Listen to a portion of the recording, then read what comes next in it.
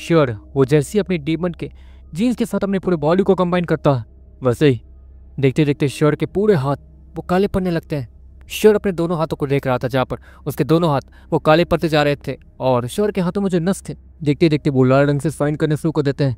अंधेरे में भी उसके हाथों के नस वो साफ साफ चमकते हुए देखे जा सकते थे। श्योर के दोनों हाथ काले और लाल नस से भर गए थे। श्योर का दोनों हाथ देखने में कमाल का लग रहा था। श्योर अपने एक हाथ में डार्क स्कल ब्लेड को पकड़ता और तेजी से डीमन स्नेक की तरफ बढ़ने लगता। वो डीमन स्नेक तेजी से रेंगते हुए पता नहीं क्यों बीच आसमान में उड़ना शुरू कर देता। श्योर भी वो जमीन से उड़ते हुए सीधा आसमान में जाता और देखते ही देखते उन दोनों की स्पीड बहुत ज़्यादा तेज स्पीड के साथ बढ़ जाती है और वो दोनों एक दूसरे से जाकर टकरा जाते हैं। जिसके बाद देखते देखते वहाँ पर एक जोरदार धमाका गुफा के ऊपर होता है जहाँ पर वो दोनों उड़ के गए थे। वहाँ पर किसी को भी कुछ भी नहीं दिख रहा था कि आखिर हुआ क्या है, लेकिन अचानक से ही वो बहुत सारे धुओं के बीच से अचानक से एक स्नेक तेजी से उड़ते हुए बाहर आता। सभी को लगा था कि वो स्नेक वो जीत गया और श्योर हार गया होगा, लेकिन अगले ही पल उन सभी को उस स्नेक के सर के ऊपर एक ब्लेड दिखता, डार्क स्कल ब्लेड जो कि श्योर का था।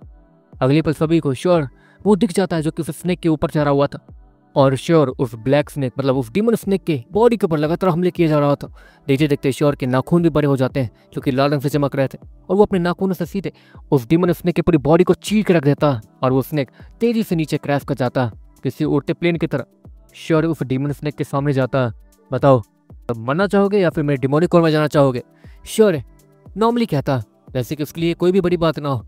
वो डीमन स्नेक श्योर को लगातार देखे जा रहा था और गुस्से से देखे जा रहा था। जाहिर सी बात है कि श्योर के पास इतना टाइम नहीं था, इसलिए वो अपने डार्क स्कल ब्लेड को सीधे उस स्नेक के सर के आर पार कर देता। जिसके बाद देखते देखते उस स्नेक का सर उसके धड़ से अलग हो जाता। श्योर चुपचाप जाकर उसके दोनों आंखों को निकाल लेता और देखते देखते वो दोनों आंख फाइन करते हैं और श्योर की आंखों से होते हुए सीधे उसके बॉडी के डिमोनिक कोर में चले जाते हैं। श्योर को फिलोना ने यह बस सिखा दिया था कि डिमोनिक कोर की ताकत कैसे बढ़ाई जाती है किसी भी डीमन की आंखों से। श्योर के पास पहले से ही एक दो आंखें मौजूद थी जिसका इस्तेमाल करना उसने फिलोना से सीख लिया था, इसलिए अब उससे कोई परेशानी नहीं होने वाली थी इस डिमोनिक कोर का लेवल अप करने में। श्योर जहाँ तक है ये डीमन स्नेक मुझसे ज़्यादा कमजोर है, इसलिए इसकी बॉडी मेरे लिए ज़्यादा फायदेमंद साबित नहीं होगी और ना ही मेरी ताकत बढ़ेगी इससे। श्योर का डीमन वो श्योर से कहता।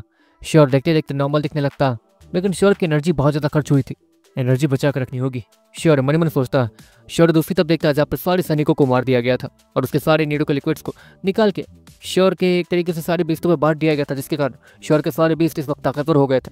यहाँ तक कि ब्लैक स्नेक वो श्योर से ज़्यादा ताकतवर हो गया था। हम लोग अभी किस लेवल पे हैं ये तो हमें नहीं पता और ना ही हम लोग गिन पा रहे हैं, और हम लोग अपनी ताकत का अंदाजा इसलिए नहीं लगा सकते हैं क्योंकि हमारे एक्सट्रैक्टिंग पावर्स बहुत ज़्यादा प्योर है। हमारे एक्सट्रैक्टिंग पावर्स 50% प्योर है, इसलिए हम लोग जिस लेवल पे हैं उस लेवल से 50% एक्स्ट्रा पावर हमारे पास होगी, तो हम लोग ऐसे अंदाज़ा नहीं लगा सकते। हाँ ताकतवर लोग होंगे जो कि अंदाज़ा लगा पाएंगे, लेकिन हम नहीं, हमारे पास अभी उतनी काबिलियत नहीं आई है, इसलिए वैसे इन सारी चीज़ों के बारे में सोच का भी कोई फायदा नहीं। आगे निकलते हैं। श्योर है सभी से कहता और देखते देखते वो सभी लोग आगे काफ़ी सारी गुफाओं को देखते हैं जो कि बहुत सारी थी। वहाँ पे काफ़ी सारे ऐसे रास्ते थे जो कि बहुत सारे थे, एक रास्ते के अंदर 10 रास्ते थे और श्योर को शुरुआत में ही करीब 100 रास्ते दिख रहे थे। यहाँ तो हजारों रास्ते हैं, असली रास्ता कौन सा होगा? श्योर हैरानी से कहता पता नहीं, लेकिन श्योर अपने बेइज्जती की बात सुन ही रहा था इतने में श्योर उन सभी को शांत करने का इशारा करता। येलो पिंसर वो आसपास है। श्योर हैरानी से कहता।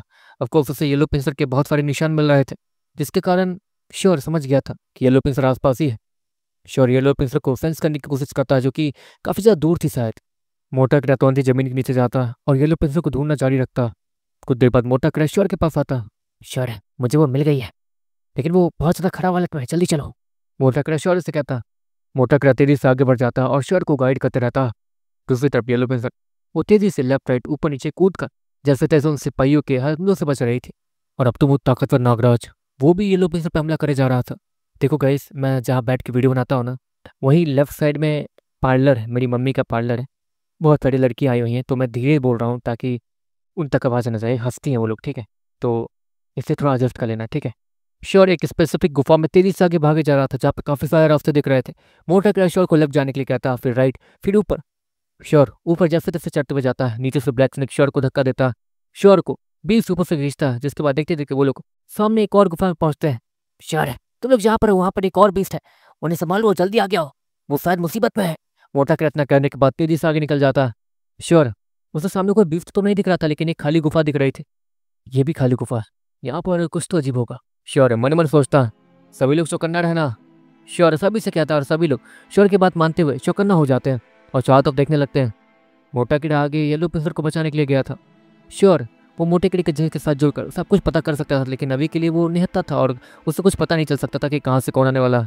श्योर डीमन गर्ल और वो बीस्ट और ब्रिजेन इस वक्त वही सभी लोग बाहर थे, बाकी सभी श्योर के नीरोकोर में चले गए थे।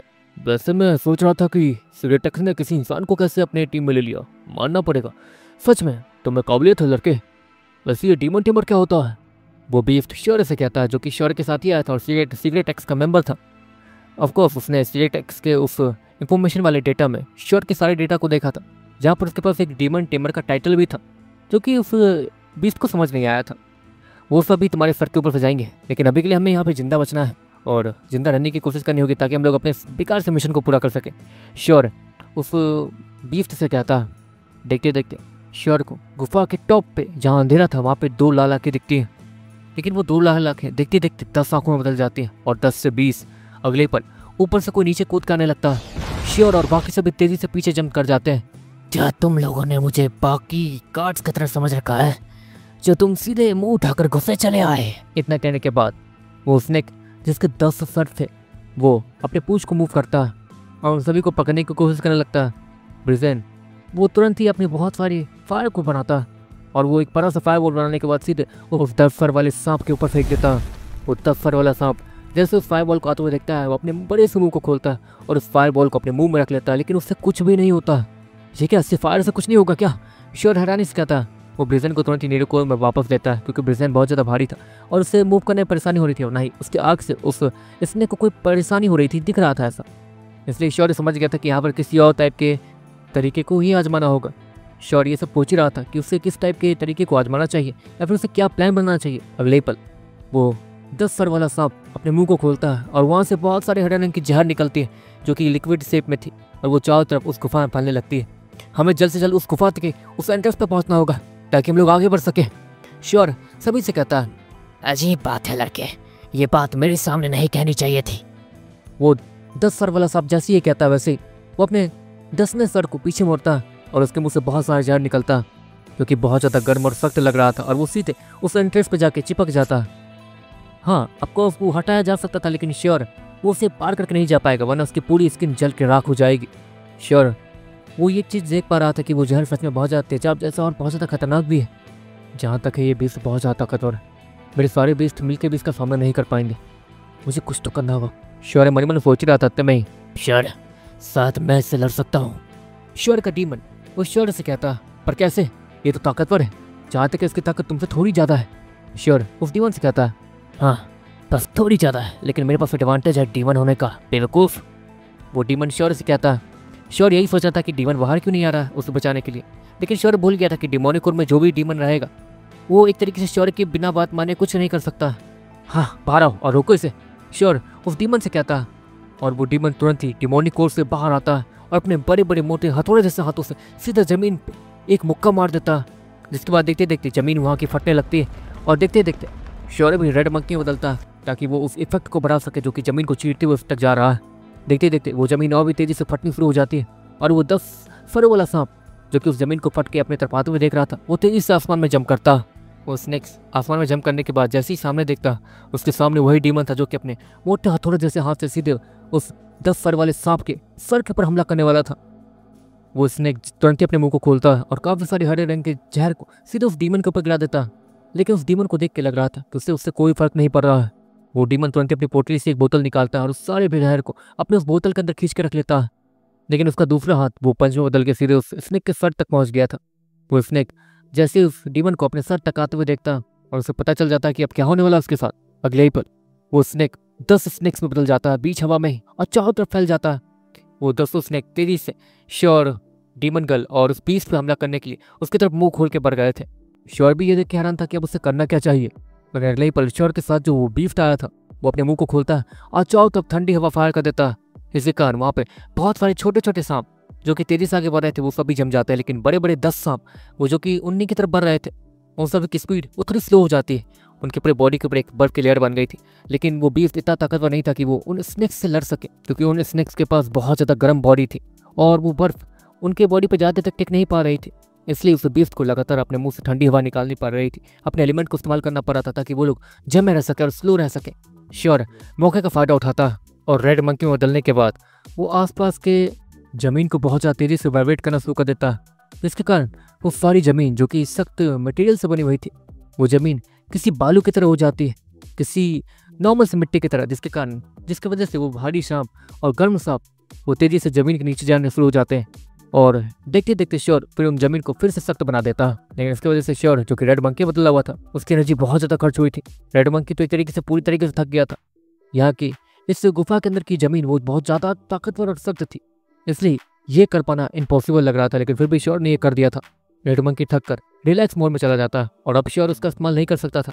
श्योर सामने उस बड़े से लंबे सांप को देखता, वहाँ पर सिर्फ 2 ही सांप रह गए थे जिससे डीमन लड़ रहा था, लेकिन एक सांप ने डीमन को जकड़ लिया था और दूसरा सांप बार बार उस डीमन को काटे जा रहा था। छोड़ मुझे। वो डीमन गुस्से में उस स्नेक को देखते हुए कहता। दूसरी तरफ उस बीस्ट की एनर्जी भी पूरी तरीके से खर्च हो चुकी थी, इसलिए वो बीस्ट भी नीचे गिरा हुआ था और लंबी लंबी सांसें ले रहा था। डीमन गर्ल फ्लेयर वाले आर्मर के साथ तेजी से ऊपर कूद के जाती है और पीछे से उस स्नेक को पकड़ के नीचे गिरा देती है, जिसके कारण वो स्नेक अपने बैलेंस को खोते हुए नीचे गिरने लगता। जिसके बाद देखते देखते डीमन गर्ल वो तेजी से नीचे बढ़ने लगती है। उसके हाथों में डार्क स्कल ब्लेड आ जाती है जो कि श्योर के हाथों से गायब हो गई थी। श्योर डीमन गर्ल को देखते रहता जहाँ पर वो अपने डार्क स्कल ब्लेड के साथ तेजी से उस स्नेक के आंखों पर हमला कर देती है।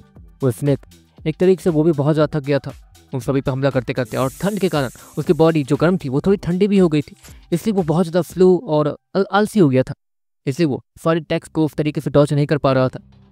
डीमन गर्ल उस स्नेक की आंखों को फोड़ कर रख देती है और तेजी से पीछे जाती है जहाँ पर उस स्नेक है उस डीमन को लपेट कर रखा हुआ था, लेकिन वो डीमन गर्ल तेजी से ऊपर जा ही रही थी। इतने में डीमन गर्ल के पाँव को वही स्नेक जो कि नीचे गिरा हुआ था वो अपनी पूंछ से पकड़ लेता। उसकी आंखें फूटी थी, लेकिन अब भी उसके सेंस करने की ताकत बहुत ज़्यादा थी, जिसके कारण वो देखने से ज़्यादा सेंस कर सकता था। डीमन गर्ल समझ जाती है कि जब तक उसे अच्छे से घायल ना कर दिया जाए तब तक कोई फायदा नहीं, लेकिन अब भी देर हो चुकी थी।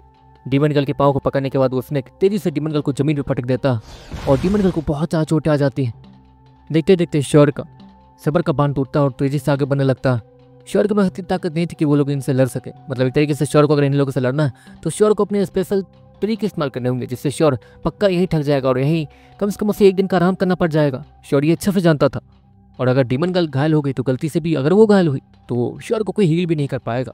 श्योर के पास कोई चांस नहीं, जैसे वो तेजी से आगे बढ़ रहा था, लेकिन अगले पल श्योर के सारे बीस्ट बाहर आ जाते हैं और वो लोग तेजी से उस स्नेक का ध्यान भटकाने लगते हैं, जिसके कारण उस स्नेक को परेशानी हो रही थी और तो और उसने घायल भी था और ऊपर से उसके खून में ही जहर था, इसलिए ईश्वर के सारे बीस्ट यहाँ पे नाकामयाब साबित हो रहे थे। किसी के अंदर भी इतनी ताकत नहीं थी कि वो लोग एक तरीके से यहाँ पर ज़्यादा जलवा दिखा पाए। सभी बीस्ट उन्हें नशा चढ़ने लगता है, क्योंकि यहाँ पर चारों तरफ जो हवा फैली हुई थी वो भी जहरीली थी। वहाँ पर सिर्फ ब्लैक स्नेक बाकी रह जाता। ब्लैक स्नेक वो तेजी से आगे बढ़ता और ब्लैक स्नेक की दोनों आंखों से एक सफ़ेद रोशनी निकलती है।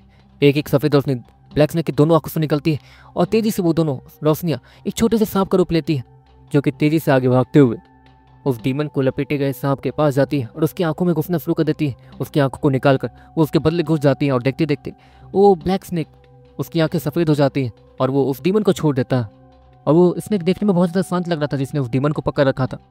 1 मिनट, क्या उन दोनों छोटे सांप के आत्माओं ने उसका पर कब्जा कर लिया है?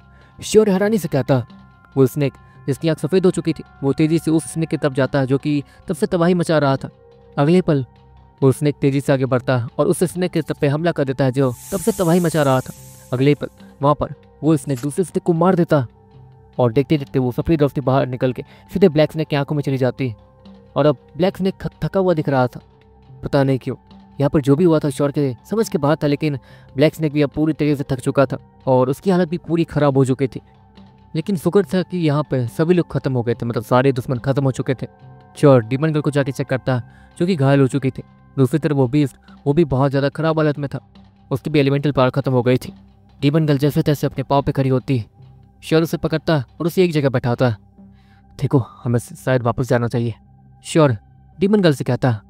नहीं, इतनी आगे आ जाने के बाद वापस नहीं, डीमन गर्ल श्योर से कहती।